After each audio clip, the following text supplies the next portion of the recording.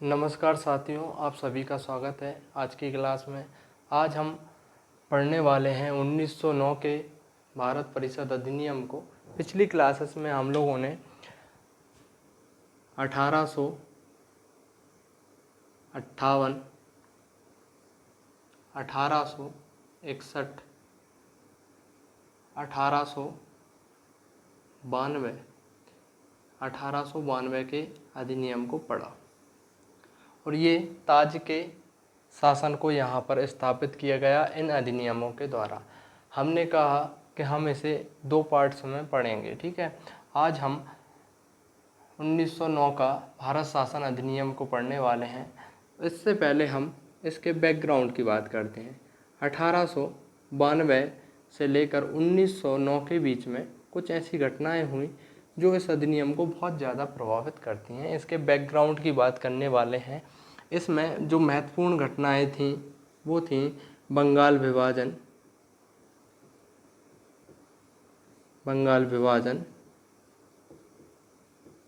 1905, ठीक है। जब बंगाल को विभाजित किया गया तो उसके बाद स्वदेशी आंदोलन हुआ। स्वदेशी आंदोलन, लोगों ने कहा कि हम अंग्रेजी सरकार की हर चीज़ को बहिष्कार करेंगे। स्वदेशी आंदोलन हुआ। उसके बाद एक और घटना देखने को मिलती है यहाँ पर, मुस्लिम लीग। मुस्लिम लीग का गठन होता है और मुस्लिम लीग क्या कहती है कि साहब हम माइनॉरिटी हैं, हमारी संख्या बहुत कम है, हमारी कोई सुनने वाला नहीं है। और इसके गठन किसने किया था? आगा खान ने किया था, ठीक है।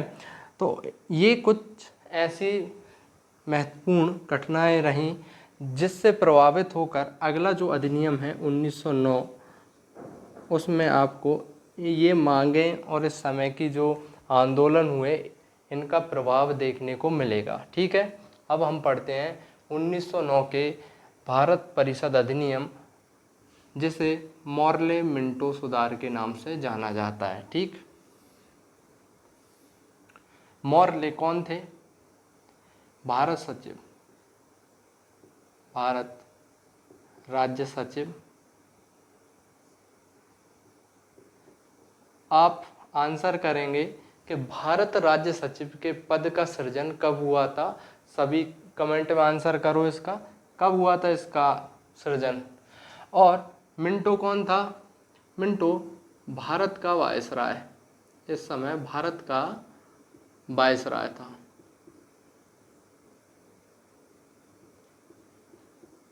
ठीक है।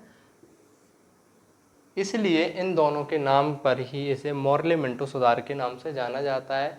इसमें जो महत्वपूर्ण बदलाव हुए, जो प्रावधान हुए, उनको हम कुछ बिंदुओं के तहत समझने वाले हैं। वे बिंदु हैं परिषदों का विस्तार, चुनाव जिसे अभी भी नामांकन के नाम से जाना जाता है, भारतीय सदस्य, ओके, पृथक निर्वाचन मंडल, और इसके क्या महत्व रहे इनको पढ़ने वाले हैं।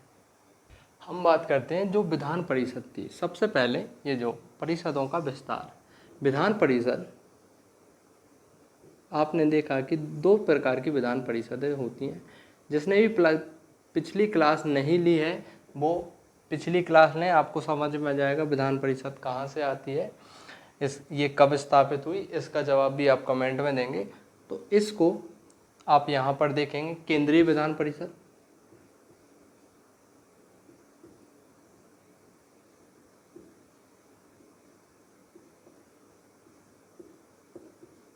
केंद्रीय विधान परिषद और प्रांतीय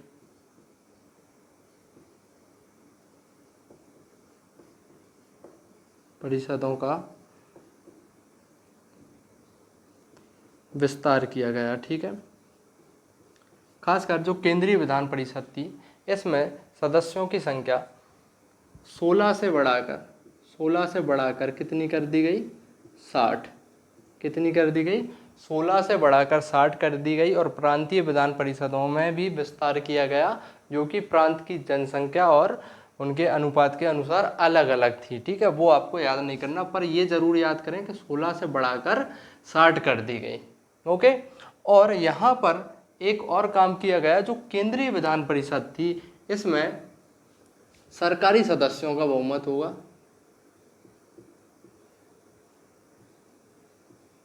सरकारी सदस्यों का बहुमत, ठीक है। यहाँ पर जब बहुमत की बात होगी तो यहाँ पे सरकारी सदस्य अधिक होंगे कुल मिला के। और प्रांतीय विधान परिषदों में क्या किया गया, गैर सरकारी सदस्यों का बहुमत,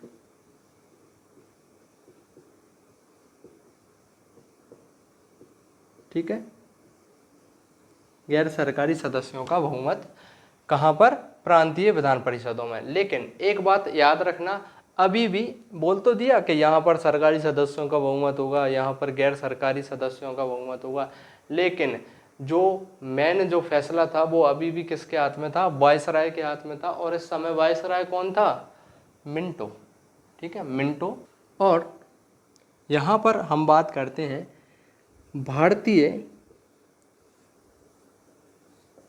भारतीय लोगों का जो प्रतिनिधि था, भारतीय लोगों को जो विधान परिषदों में शामिल किया गया था, उनको क्या अधिकार दिए गए, भारतीयों के अधिकार। सबसे पहले आपको पता है 1861 में 3 लोगों को शामिल किया गया था। आपको पता है पटियाला के महाराज, बनारस के राजा और सर दिनकर राव, इन 3 लोगों को शामिल किया गया था, लेकिन उनको कोई अधिकार नहीं था। फिर धीरे धीरे उनको 1892 में क्या अधिकार मिले, प्रश्न पूछने का अधिकार मिला, ठीक है, और बहस का। यहाँ पर और उसी अधिकार को आगे बढ़ाकर प्रश्न का तो पहले से ही था, प्रश्न पूछने, प्रश्न के ऊपर प्रश्न यानी अनुपूरक,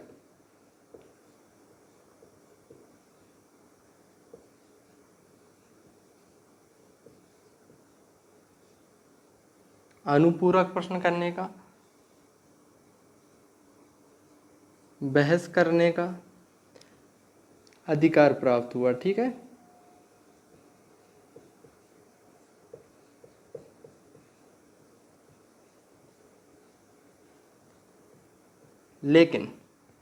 लेकिन मत देने का अधिकार अभी भी नहीं मिला। लेकिन मत, या आप कह देंगे वोट देने का अधिकार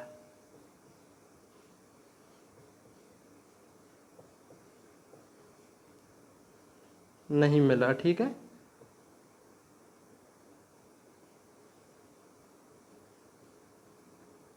अब यहाँ पर अनुपूरक प्रश्न पूछ सकते हैं, बहस कर सकते हैं, प्रश्न पूछ सकते हैं और प्रस्ताव पर चर्चा भी कर सकते थे। जो प्रस्ताव आता था उस पर चर्चा भी कर सकते थे। ये बातें आप याद रखेंगे। अब हम चुनाव के बारे में बात कर लेते हैं। अभी भी चुनाव को यहाँ पर एक कहा गया कि हाँ, हम चुनाव की शुरुआत, ये चुनाव की शुरुआत थी भारत में, लेकिन इसका नाम अभी भी क्या था, नामांकन था, ठीक है। अब चुनाव से संबंधित कुछ महत्वपूर्ण परिवर्तन हुए थे। पृथक निर्वाचन मंडल भी इसी से संबंधित है, ओके। क्या हुआ कि यहाँ पर धर्म, वर्ग, ठीक है, धर्म वर्ग के आधार पर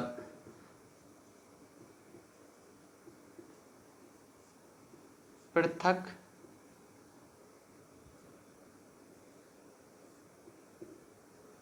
निर्वाचन मंडल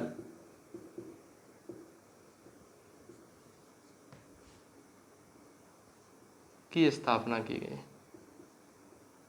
ठीक है, या उसे लाया गया। इसमें क्या था, वर्ग, पहले हम वर्ग की बात करेंगे। वर्ग में कौन कौन, जैसे जमींदार, ओके, चैम्बर ऑफ कॉमर्स,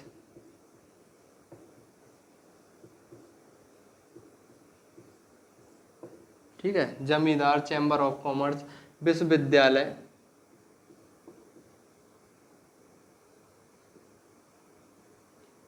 ठीक है, ये शॉर्ट में लिखा है विश्वविद्यालय, आप समझदार हैं, विश्वविद्यालय। और साथ ही साथ जो चाय के बागानों के मालिक थे, चाय के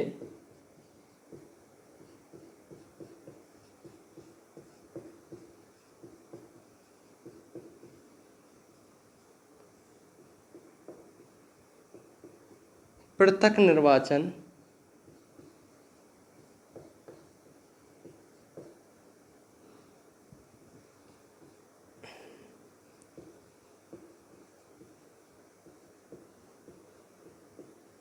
व्यवस्था की। ठीक है, सबसे पहले तो ये बात समझ लेना, किस किस को, जमींदारों को निर्वाचन, जमींदार, चाय के बागान के मालिक और कॉमर्स ऑफ चैम्बर्स, विश्वविद्यालय के अध्यक्ष, कुलपति वगैरह और चैम्बर ऑफ कॉमर्स, इनको प्रत्यक्ष रूप से निर्वाचन दिया गया। ठीक है, साथ ही साथ ये तो उतना विवादित नहीं रहा, ये उतना विवादित नहीं रहा जितना कि धर्म के आधार पर जो अलग अलग किया गया है यहाँ पर। जबकि मैं आपको बता दूं, जितना संगीन धर्म के आधार पर लोगों को अलग करना है, उतना ही वर्ग के आधार पर लोगों को अलग करना है। मुझे नहीं लगता उनमें कोई ज़्यादा अंतर है, फिर ये अपनी अपनी विवेक और सोच का अंतर है। तो यहाँ पर पहली बार धर्म के आधार पर मुस्लिम समुदाय को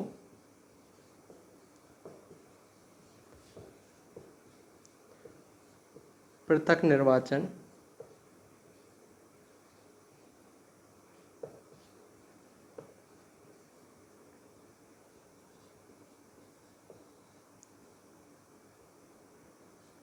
दिया गया। ठीक है, इसका अर्थ क्या है? आप लोग कह रहे होंगे ये पृथक निर्वाचन मंडल है क्या? आप बता तो रहे हो हमें। पृथक निर्वाचक मंडल में क्या होता है, जैसे मुसलमान है, यहाँ पे मुस्लिम वर्ग को दिया है। अगर कोई भी व्यक्ति, जैसे हम मान लेते हैं ए एक मुस्लिम है, ए कौन है, मुस्लिम है, तो इसको जो वोट देगा ना, वोट, वो भी मुस्लिम ही होना चाहिए। वो भी क्या होना चाहिए, मुस्लिम ही होना चाहिए, वही वोट दे सकता है। अगर एक कैंडिडेट, जितने भी मुस्लिम कैंडिडेट चुनाव में खड़े होंगे उनको केवल मुस्लिम ही वोट देंगे। ऐसे ही जमींदार कैंडिडेट अगर खड़े होते हैं तो उनको केवल जमींदार कैंडिडेट वोट देंगे। चाय के बागान के जो मालिक हैं अगर वो चुनाव में हैं तो उनको भी चाय के बागान के मालिक ही वोट देंगे, अन्य कोई नहीं देगा। ठीक है, समझ गए होंगे आप अच्छे से। चलिए आगे बढ़ते हैं। अब हमने ये जो लिखा है भारतीय सदस्य, ये किस संदर्भ में लिखा है? जो वायसराय होता है था, उसकी एक कार्यकारिणी परिषद होती थी, जो कि कहाँ से आ रही है, 1773 से ही शुरू है। कार्यकारिणी परिषद में 4 सदस्य थे। फिर क्या हुआ, फिर 1784 के पिट्स इंडिया एक्ट में एक सदस्य कम कर दिया, 3 बचे। फिर क्या होता है, फिर एक विधि सदस्य और आता है, लॉर्ड मैकाले, ठीक है, याद होगा। फिर 4 हो जाते हैं। फिर दोबारा से वायसराय की कार्यकारिणी परिषद में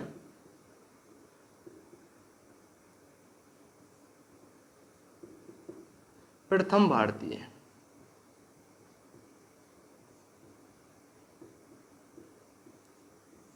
जिसको सदस्य के रूप में शामिल किया गया था, वो कौन थे?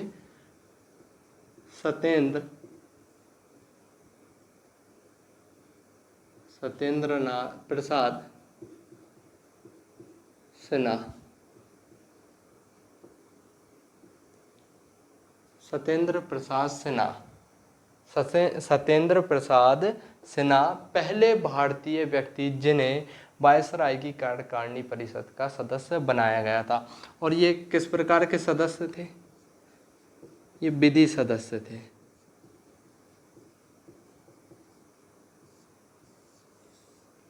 तो हमने इस तरह 1909 के भारत परिषद अधिनियम, जिसे हम मार्लो मिंटो सुधार के नाम से भी जानते हैं, इसको हमने समझा और जाना कि भारत में कैसे सांप्रदायिक निर्वाचन प्रणाली आई कैसे उसकी शुरुआत हुई। इसीलिए मिंटो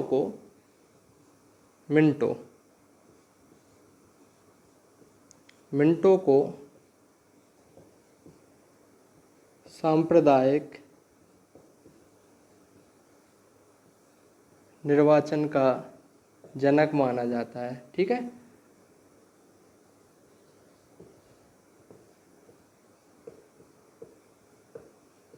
क्योंकि इसने भारत में सांप्रदायिक के आधार पर लोगों को बांटा और उनको पृथक निर्वाचन दिया। मिंटो को सांप्रदायिक निर्वाचन का जनक कहा जाता है। सीधा प्रश्न आता है एग्जाम में और आप आसानी से इसका उत्तर दे सकते हैं। चलिए अब हम अगले अधिनियम की ओर चलते हैं। 1909 के मार्ले मिंटो सुधार के बाद फिर कुछ और भारतीय लोगों की मांग आई और भारतीय लोगों की मांग को देखते हुए 1919 में मॉन्टेग्यू चेम्सफोर्ड सुधार हुआ। इस बीच में बहुत सारी घटनाएं थीं। अब हम इसकी बात करते हैं मॉन्टेग्यू चेम्सफोर्ड सुधार की। यहाँ पर मॉन्टेग्यू कौन है? सचिव हैं, भारत सचिव। ओके, और चेम्सफोर्ड कौन है? वायसराय। ठीक है, मॉन्टेग्यू चेम्सफोर्ड सुधार के नाम से इसको जाना जाता है। सबसे पहले हम इन बिंदुओं के तहत इनको बात करने वाले हैं। ये जो आपके साइड में लिखे हुए हैं आपके एग्ज़ाम के लिए बहुत महत्वपूर्ण साबित होने वाले हैं। अगर आप इन फैक्ट बिंदुओं को याद भी कर लेंगे ना तो ये आपको काफ़ी हद तक सारी जानकारी दे देंगे। ठीक है, प्रांतों में द्वैध शासन। प्रांतों में द्वैध शासन लागू किया। ठीक है, और एक व्यक्ति का नाम यहाँ लिखूंगा, लियोनेल कार्टिस। ठीक है, लियोनेल कार्टिस। लियोनेल कार्टिस को प्रांतों में द्वैध शासन का जनक कहा जाता है। याद रखना, प्रांतों में द्वैध शासन का जनक। प्रांतों में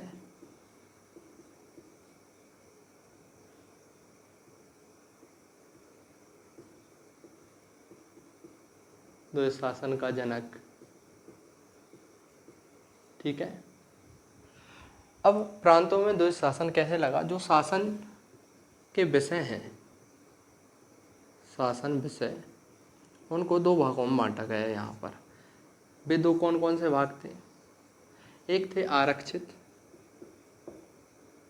आरक्षित विषय, और दूसरे हस्तांतरित।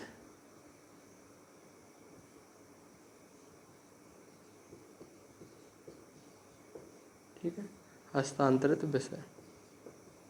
अब आरक्षित विषय के अंतर्गत कौन कौन से विषय आते थे? वित्त, रक्षा, विदेश मामले, सैन्य मामले इसी में आ जाएंगे। ठीक है,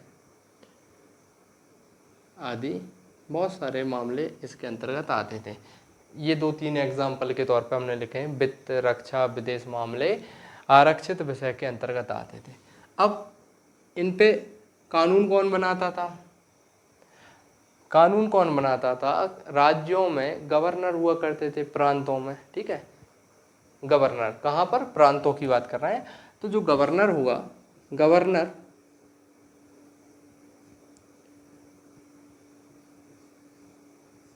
तथा उसकी कार्यकारी परिषद।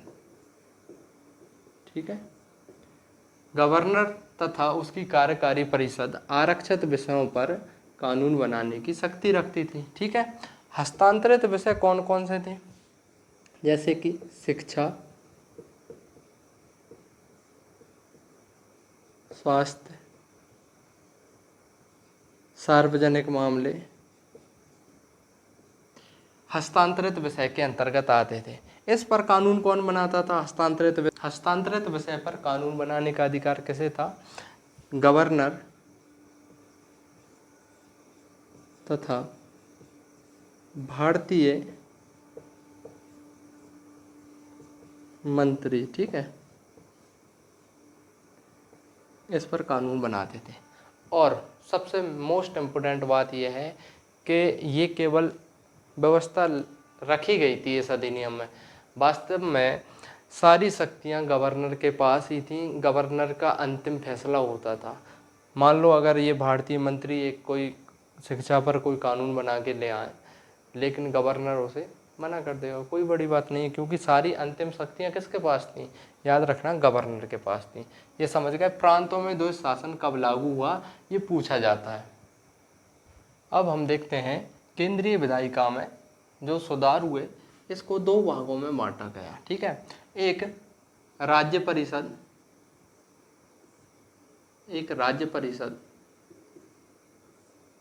ठीक है, और दूसरा विधान परिषद।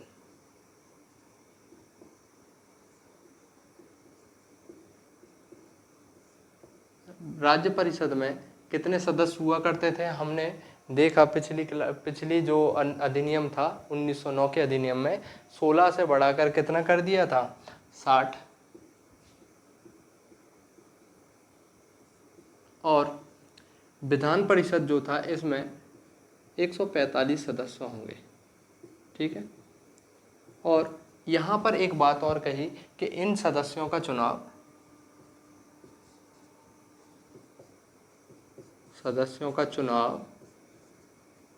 यहाँ पर चुनाव शब्द का उपयोग किया, ठीक है, आंशिक रूप से होगा,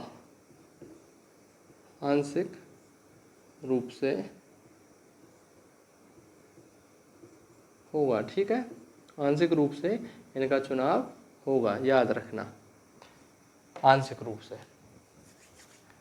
अब हम बात करते हैं वायसराय की शक्तियाँ। वायसराय की शक्तियों को, जो अध्यादेश की शक्ति थी, आप मुझे बताइए वायसराय को अध्यादेश की शक्ति कब मिली? इसका आंसर आप कमेंट में करेंगे। और जिन्होंने पिछली क्लासेस नहीं ली, एक बार और बोल रहा हूँ, क्लासेस ले लें। वायसराय को इस अधिनियम के द्वारा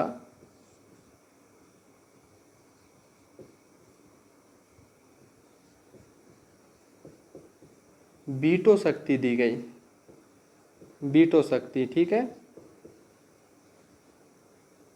वायसराय को वीटो शक्ति किस अधिनियम के द्वारा दी गई?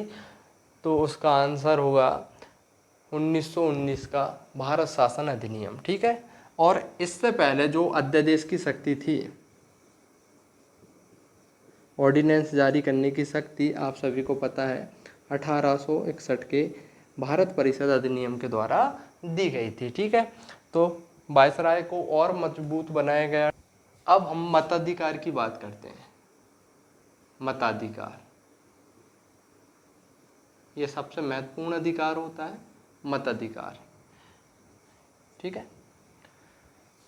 मताधिकार किस तरह का दिया गया? क्या भारत के सभी लोगों को मताधिकार मिल गया? नहीं, यहाँ पर भारत के कुछ चुनिंदा लोगों को ही मताधिकार मिला।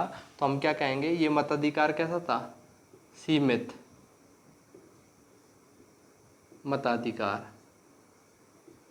ओके। इस अधिनियम के तहत ऐसा कहना था कि लगभग भारत के जितने लोग थे ना, लगभग 10%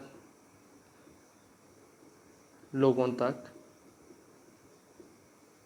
ठीक है। तो ये सीमित था, यानी कि सबसे बड़ा हिस्सा, भाई 90% लोग तो उनका कोई रोल ही नहीं है, तो ये सीमित से भी अल्प सीमित हो गया था, ठीक है, ओके। यहाँ पर पहली बार महिलाओं को, पहली बार इतिहास में, पहली बार, ठीक है, अपने भारत की बात कर रहे हैं, पहली बार मत देने का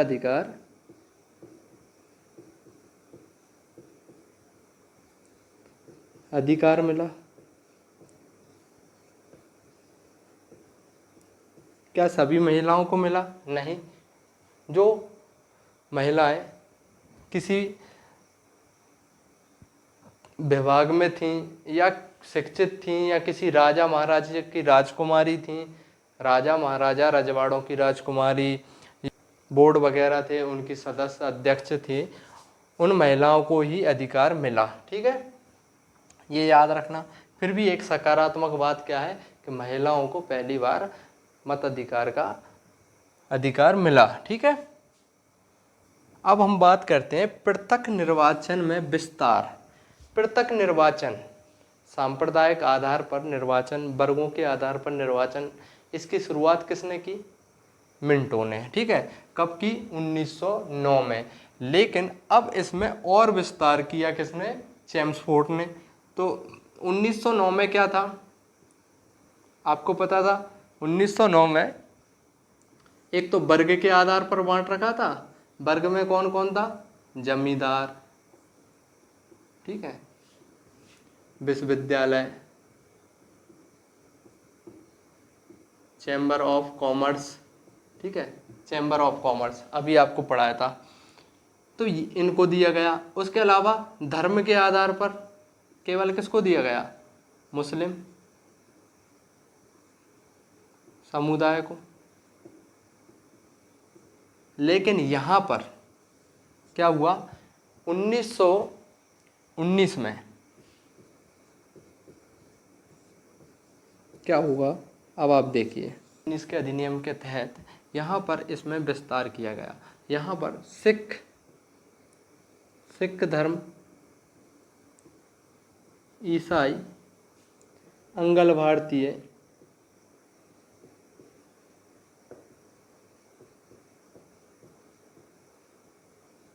ठीक है, यूरोपीय,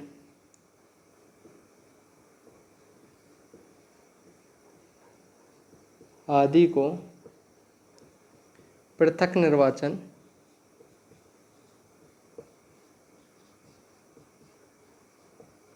मंडल दिया गया। ठीक है, इनको भी सिख, ईसाई, अंगल भारतीय, यूरोपीय इत्यादि को जो है अलग से निर्वाचन मंडल दिया गया। अब हम बात करते हैं कि भैया लोक सेवा आयोग का गठन। लोक सेवा आयोग का गठन इसी अधिनियम 1919 के तहत हुआ। लोक सेवा आयोग, ठीक है, पीएससी कब हुआ? 1926 में पीएससी का गठन किया गया। ओके, पीएससी का। और इसके गठन में रॉयल कमीशन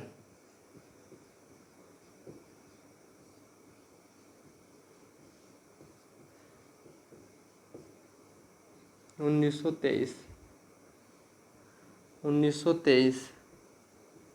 इसकी सिफारिश पर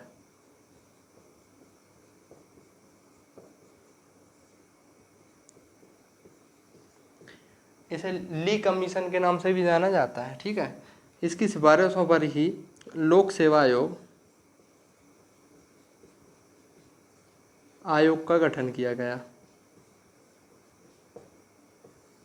ओके, और यही हमारी यूपीएससी की, हम जब भी यूपीएससी को पढ़ते हैं ना तो यहीं से शुरू करते हैं, रॉयल कमीशन। ठीक है, 1923 याद रखना अच्छे से। साथ ही साथ आप वैधानिक आयोग की बात की। इस अधिनियम ने क्या कहा कि जो बजट होगा, बजट को पृथक कर दिया। बजट को पृथक कर दिया। राज्य का अलग होगा। राज्य से अर्थ क्या है यहाँ पर? प्रांत। प्रांतों का अलग बजट होगा और केंद्र का अलग। ठीक है, प्रांतों और केंद्र के बजट को अलग अलग किया गया। कौन से अधिनियम में? 1919 के अधिनियम में। इस अधिनियम के तहत वैधानिक आयोग के गठन की बात की गई। क्या कहा कि इस अधिनियम में अगर कुछ कमी रह गई है तो इस अधिनियम ने कहाँ तक काम किया, कहाँ तक सफल रहा, इसके लिए एक आयोग होगा। आयोग का गठन किया जाएगा 10 वर्ष बाद। 10 वर्षों बाद इस आयोग का गठन किया जाएगा और ये क्या करेगा? 1919 के अधिनियम की समीक्षा करेगा। ठीक है, समीक्षा करेगा। और इसके बाद क्या आया था, एक साइमन कमीशन, 10 वर्ष तो नहीं और पहले ही आ गया 1927 में।